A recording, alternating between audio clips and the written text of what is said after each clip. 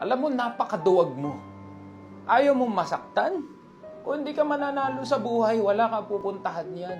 Alam mo ba kung gaano ka-importante ang failure, ang sakit, para humusay ka at gumaling ka sa buhay?